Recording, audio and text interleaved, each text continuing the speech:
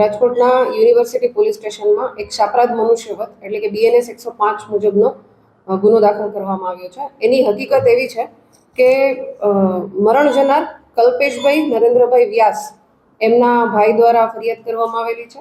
એ મરણ જનાર છે, એમને દારૂ પીવાની ટેવ હોય અને એ મરણ જનાર અને એમના પત્ની ઘણા વર્ષોથી છૂટાછેડા લઈ અને અલગ રહેતા હોય. મરણ જનારનો પુત્ર છે એ પણ એના મધર સાથે રહેતો હોય, પરંતુ આ મરણ જનારને રોજે ટિફિન આપવાની એવી રીતે આવતો હોય અને થોડા સમય પહેલાં મરણ જનારની તબિયત ખરાબ થતાં એને હોસ્પિટલમાં સારવાર કરાવી અને એની સેવા કરતો હતો.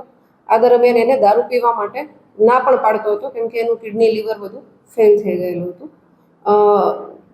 એ બાબતે પરમ દિવસે રાત્રે 31 તારીખે રાત્રે મરણ જનાર આરોપી જ્યારે ટિફિન આપવા ગયેલા મરણ જનારને, ત્યારે મરણ જનારે ડ્રિંક કરેલું હોય એટલે આરોપી એને ના પાડી કે તમે ડ્રિંક કરવાનું છોડી દો, તમારી સારવાર કરાવવા માટે એના માટે અમે ઘણો ખર્ચો કરેલો છે છેલ્લા 1 મહિનામાં અને અમે લોકો બધા હેરાન થઈએ છીએ તમારી ડ્રિંક કરવાની આદતના કારણે.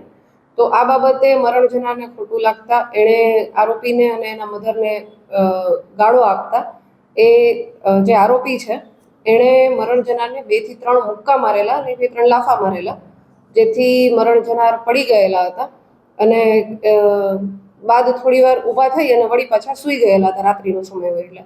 અને સવારે એ જ્યારે ઉઠ્યો આરોપી એટલે કે મરણ જનારનો પુત્ર ઋષભ કલ્પેશભાઈ વ્યાસ, એ જ્યારે ઉઠ્યો તો એણે એના પિતાને ઉઠાડવાની કોશિશ કરી, પરંતુ ઉઠેલા નહીં, જેથી એણે એના મોટા બાપા એના મધર બધાને બોલાવી લીધેલા અને હોસ્પિટલમાં લઈ ગયેલા હતા. ત્યાં એનું PM થતાં મરણ જનારનું મૃત્યુ ઈજાઓના કારણે થયેલાનું ફોરેન્સિક PMમાં જાણવા મળેલું હતું, જેથી યુનિવર્સિટી પોલીસ સ્ટેશનમાં મરણ જનારના ભાઈ હિતેશભાઈ વ્યાસ દ્વારા શાપરાધ મનુષ્યવધનો ગુનો દાખલ કરાવવામાં આવેલો છે.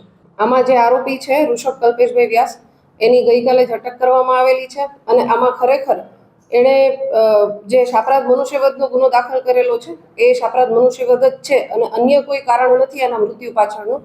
એની તપાસ માટે આરોપીના 5 દિવસના રિમાન્ડ પણ માંગવામાં આવેલા છે. જે મરણ જનાર છે કલ્પેશભાઈ, એમને દારૂ પીવાની ટેવ હતી અને એમની તબિયત ખરાબ થઈ ગયેલી હતી, એમનું લીવર ફેલ થઈ ગયેલું હતું, કિડનીમાં સોજો, તો આ પ્રકારની બીમારીઓ હતી.